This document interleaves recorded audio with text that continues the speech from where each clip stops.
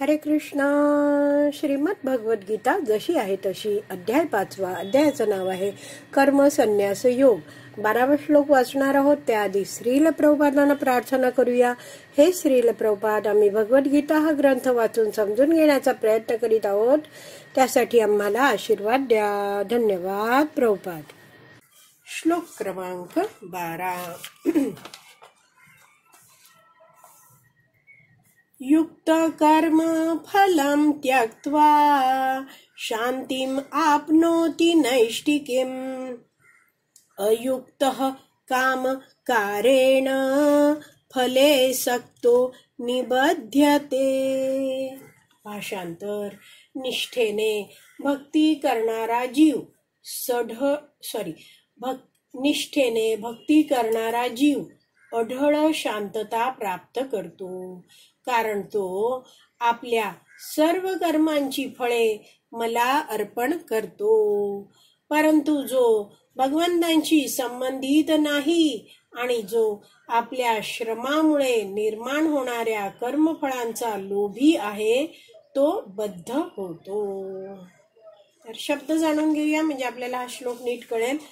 मी शब्दशः अर्थ बघून सांगते आहे. युक्त कसा व्यक्ती आहे हा? भगवत सेवेमध्ये युक्त असणारा मनुष्य. युक्त म्हणजे जोडला गेलेला आहे, भगवत सेवेमध्येच मग्न आहे. तो काय करतो आहे? कर्म फलम त्यक्त्वा, सर्व कर्मांचे फळ त्याग करतो. यामुळे काय होतंय? शांतीम आपनोति नैष्ठिकीम. तर अशा व्यक्तीला शांती म्हणजे पूर्ण शांती आपनोति प्राप्त होते. कशी आहे शांती ही? नैष्ठिकीम निष्ठापूर्ण दृढ शांती प्राप्त होते. म्हणजे तो कायम शांत होतो. असं नाही की आज शांत आहे आणि उद्या पुन्हा अशांत होणार आहे, असं नाही. नैष्ठिकीम म्हणजे काय? दृढ अशी शांती तो प्राप्त करतो. आणि दुसऱ्या ओळीत म्हटलं आहे अयुक्त, म्हणजे जो कृष्ण भावना भावित नाही. पहिल्या ओळीत दिलाय युक्त, जो कृष्ण भावना भावित आहे तो. दुसऱ्या ओळीत दिलाय जो कृष्ण भावनेत नाहीये तो काय करतो? काम कारेण म्हणजे कर्मफळाचा उपभोग घेण्यासाठी फले सक्तो. फले म्हणजे कर्मफळामध्ये, सक्त म्हणजे काय? आसक्त आहे. तर त्यामुळे काय होतं? कर्मफळाशी आसक्त असलेल्या व्यक्ती निबध्यते, म्हणजे तो म्हटलं आहे इथे बद्ध होतो. तर 11व्या श्लोकामध्ये आपण वाचलंय की कृष्ण भावना भावित व्यक्ती आहे तो शुद्धीकरणासाठी कर्म करतो. जसं आपण बघितलं बघा 11व्या श्लोकाचे शेवटचे शब्द आत्मशुद्धये. आणि इथे सांगितलं आहे. तर हे 11व्या श्लोकात आपण बघितलं की हा आत्मशुद्धीसाठी कार्य करतो आहे. म्हणजेच त्यांना काय इथे दिलं आणखी की संगम त्यक्त्वा म्हणजे इंद्रिय उपभोगाचं, म्हणजे त्यांना कर्मफळाची आसक्ती नाहीये. तर म्हणजेच काय आहे? असा 11व्या श्लोकात सांगितलेला व्यक्ती आहे, त्याचं ध्येय काय आहे? त्याला स्वतःच्या इंद्रिय तृप्तीसाठी नाही, तर स्वतःच्या शुद्धीकरणाचं ध्येय आहे. आणि अशा भावनेत तो कर्म करतो आहे, तर त्याचं मन शुद्ध होतं. आणि आता इथे 12व्या श्लोकात भगवंत म्हणतायत की असा युक्त, भगवत भावनेमध्ये युक्त असलेला व्यक्ती आहे, जो सर्व कर्मफळाचे सर्व कर्मांचे फळ त्यागतो आहे. तर त्याचं काय होतं? मन शुद्ध होतं, नैष्ठिक शांती प्राप्त होते. शांती म्हणजे काय? तो शांत होतो. आपण बघतो बघा, इंद्रिय तृप्तीची जेव्हा इच्छा असते, लालसा असते, भोगी वृत्ती असते, तेव्हा मन अशांत होत असतं. पण ह्या व्यक्तीला इंद्रिय तृप्तीची इच्छाच नाही, त्यामुळे तो भगवंतांची सेवा करतो आहे आणि मन शुद्ध होत जात आहे, नैष्ठिक शांती त्याला प्राप्त होते. आणि दुसऱ्या ओळीतला हा व्यक्ती आहे तो अयुक्त आहे, म्हणजे कृष्ण भावना भावित नाहीये. आणि म्हणजे तो काय करतो आहे? काम कारेण आणि फल आसक्ते.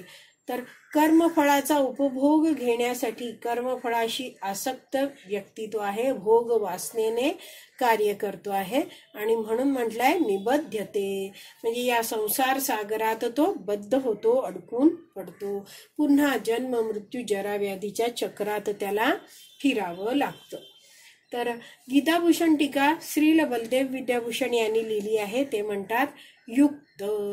युक्त म्हणजे काय, कसा आहे हा व्यक्ती, आत्म अर्पित मन असलेला हा योगी आहे. म्हणजेच काय आहे, ज्याचं मन आत्म्याचा अनुभव करण्यात, भगवंतांचा अनुभव करण्यात असलेला हा योगी आहे. आपल्या नियत कर्मांचे फळ त्यागतो आणि आत्म अवलोकन रूपी नैष्ठिकी अर्थात स्थिर शांती प्राप्त करतो. खूप मोठं वाक्य आहे, आपण हळूहळू जाणून घेऊया की तो कसा आहे. त्याने आत्म्याचा अनुभव केलाय, म्हणजेच तो जाणतो की मी आत्मा आहे. आणखी ना त्यांनी काय केलंय, भगवंतांचा अनुभव आहे त्याला, म्हणजे त्यांनी जाणलंय की भगवंत माझे स्वामी आहेत, सगळं काही भगवंतांच्याच मालकीचं आहे, हे शरीर सुद्धा मला भगवंतांकडूनच प्राप्त झालेलं आहे. आणि असा व्यक्ती आहे तो नियत कर्माचं फळ त्यागतो, म्हणजेच त्याच्या हृदयामध्ये कोणतीच इंद्रिय उपभोगाची भावना नाहीये. आणि इंद्रिय उपभोगाची भावना नसलेला व्यक्ती कधीच विचलित होत नाही. तर पहिल्या ओळीचं हे वर्णन करून आता दुसऱ्या ओळीबद्दल श्रील बलदेव विद्याभूषण समजवतायत की जो अयुक्त आहे, अयुक्त आहे म्हणजे जो कृष्ण भावनाभावित नाहीये, तर त्याला आत्म्याचं ज्ञान नाहीये, म्हणजेच काय तो शारीरिक स्तरावर आहे. आणि मग तो कसा आहे, कामकारेण इंद्रिय उपभोग करणारा आहे, फलासक्ते म्हणजे फलाची त्याला आसक्ती आहे. तर मग असा व्यक्ती आहे तो निबध्यते, म्हणजे तो जन्म मृत्यू रूपी संसारात बद्ध होतो. तात्पर्य वाचूया.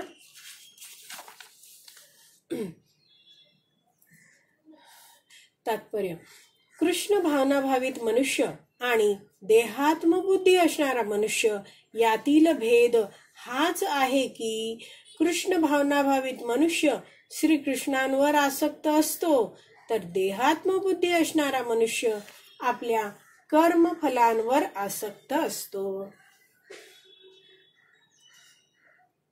तर प्रभुपाद प्रवचनात समजवतात की आपण आसक्ती आहे ती त्यागू शकत नाही, कारण आपण सगळे कोण आहोत, जीवात्मा आहोत. प्रेम करणं, सेवा करणं हा जीवात्म्याचा स्वभावच आहे. तर जीवात्मा एकतर भगवान श्रीकृष्णांवर आसक्त होतो किंवा इंद्रिय उपभोगावर आसक्त होतो. तर आपलं जे मन आहे ते इच्छा विरहित होऊ शकत नाही, काहीतरी इच्छा येणारच त्या मनामध्ये. आणि म्हणून इथे दोन लोकांच्या मनुष्यांच्या चर्चा आहेत. एक आहे कृष्ण भावनाभावित मनुष्य आणि दुसरा आहे देहात्मबुद्धीत असणारा मनुष्य. पहिला आहे कृष्ण भावनाभावित मनुष्य, तो सर्व कार्य भगवंतांसाठी करतो, तो श्रीकृष्णांवर आसक्त आहे. आणि देहात्मबुद्धी असणारा मनुष्य आहे तो सर्व काही आपल्या शरीराला मनाला आनंद देण्यासाठीच प्रयत्नशील असतो आणि तो कर्मफळावर आसक्त आहे. पुढे वाचते, जो व्यक्ती श्रीकृष्णांवर आसक्त आहे आणि केवळ श्रीकृष्णांप्रित्यर्थच कर्म करीत आहे, तो निश्चितच मुक्तात्मा आहे आणि त्याला आपल्या कर्मफलांबद्दल मुळीच चिंता नसते. तर असा व्यक्ती कसा आहे, अन्य अभिलाषिता शून्यम. तर उत्तम भक्तीचं एक व्याख्या आहे, त्याची सुरुवात आहे अन्य अभिलाषिता शून्यम, म्हणजे हा जो भक्त आहे त्याची अन्य कोणतीच अभिलाषा इच्छा नाहीये. मग कोणती इच्छा आहे, केवळ भगवान श्रीकृष्णांसाठीच त्याला भगवंतांच्या प्रसन्नतेसाठीच कार्य करायचं आहे, अशी त्याची इच्छा आहे. तर स्वतःच्या इंद्रिय तृप्तीची इच्छा न ठेवता केवळ एकच इच्छा, भगवान श्रीकृष्णांची संतुष्टी. तर असा व्यक्ती आहे तो भगवंतांवर आसक्त आहे आणि भगवंतांसाठीच कर्म करतो आहे, त्यामुळे कर्मफळ लागत नाही आणि म्हणून तो मुक्तात्मा आहे. आणि त्याला चिंता नाहीये कर्मफळांबद्दल, त्याला भोगी वृत्तीच नाहीये, तो भगवंतांची सेवा करून संतुष्ट आहे. पुढे वाचते आहे, श्रीमद भागवतात सांगण्यात आले आहे की परम सत्याच्या ज्ञानाच्या अभावी म्हणजेच द्वंद्व भावनेमध्ये केलेले कर्म हेच मनुष्याच्या कर्मफळावरील आसक्तीचे कारण बनते. तर द्वंद्व भाव इथे म्हटलंय ना की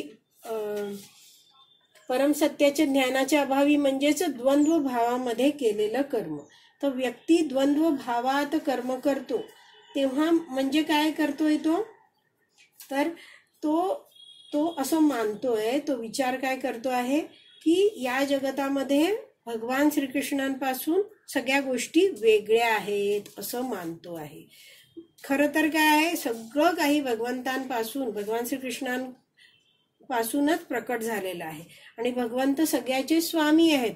पण व्यक्ती जो कसा आहे, जो द्वंद्व भावात आहे तो हे स्वीकारत नाही, त्याला परम सत्याचं ज्ञान नाहीये, म्हणजेच तो काय आहे, भगवंतांपासून विमुख झाला आहे, भगवंतांपासून त्यांनी मान वळवून घेतली आहे. तर असा व्यक्ती आहे तो सर्व वस्तूंना भगवंतांपासून भिन्न बघतो आणि भगवंतांना विसरून स्वतःलाच स्वामी मानायला लागतो आणि भोगी भावनेने कर्म करायला लागतो. आणि मग असा व्यक्ती आहे तो काय, अशी भोगी भावनेने कर्म करतोय, तर मग कर्मफळावरची आसक्ती आणखीन वाढत जाते.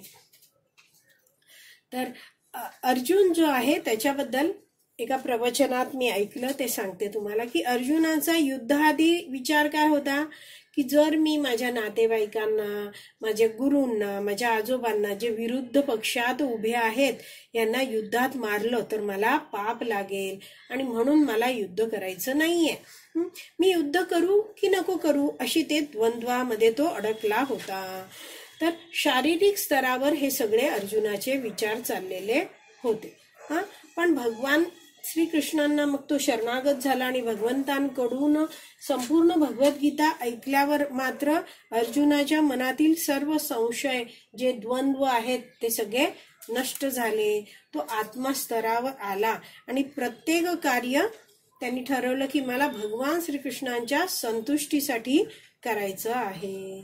तर भगवंतांकडून भगवद्गीता ऐकल्यावर अर्जुनाला कळलं की भगवंत सगळ्यांचेच कल्याण करता आहेत आणि म्हणून अर्जुनाने अनासक्तीने भगवंतांच्या आज्ञांचं पालन करून युद्ध केलं आणि सगळे जे युद्धात मारले गेले त्यांना भगवंतांची कृपा झाली आणि त्यांना पुन्हा या भौतिक जगतात जन्म घ्यायला लागला नाही.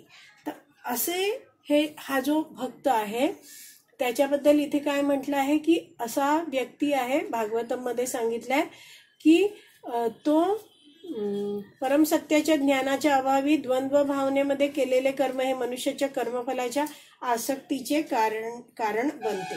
तर जेव्हा व्यक्ती अनासक्तीने कर्म करतो आहे तेव्हा काय आहे, त्याची भावना काय आहे, अनासक्ती, स्वतःला इंद्रियोपभोग नाही करायचा आहे पण मला भगवंतांसाठी कार्य करायचं आहे, हा भाव त्याच्यामध्ये आहे आणि त्यामुळे प्रत्येक कार्य करताना तो अतिशय काळजीपूर्वक आणि जबाबदारीने करतो. पण जर भगवंतांविषयी काही ज्ञानच नाहीये तर मनुष्य काय आहे, केवळ शारीरिक सुखासाठीच कार्य करत राहतो, कर्मफळावर आसक्त होत जातो आणि एक इंद्रिय तृप्ती केली की अशीच इंद्रिय तृप्ती पुन्हा करावी असं त्याला वाटतं आणि तो पुन्हा तशी कर्म करायला आसक्त होतो.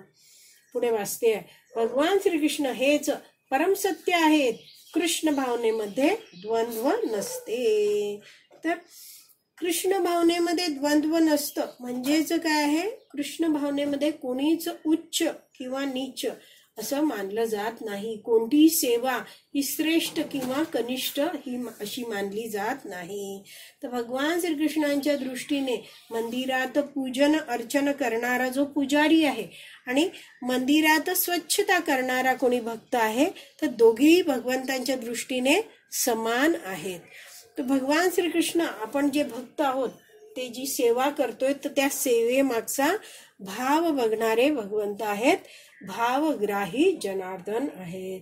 तसे परमसत्य असलेले भगवान श्रीकृष्ण आहेत आणि त्यांच्या त्यांची सेवा केली भक्त करतात. ही जी कृष्ण भावना भावित होणं आहे, कृष्ण भावनेत सेवा करणं आहे, त्यामध्ये कोणतंच द्वंद्व नसतं. तात्पर्य बरंच मोठं आहे. आपण उद्याच्या भागात उरलेलं तात्पर्य वाचणार आहोत. आज इथेच विराम देऊया. श्रीमद भगवद गीता की जय. श्रील प्रभुपाद की जय. हरी बोल.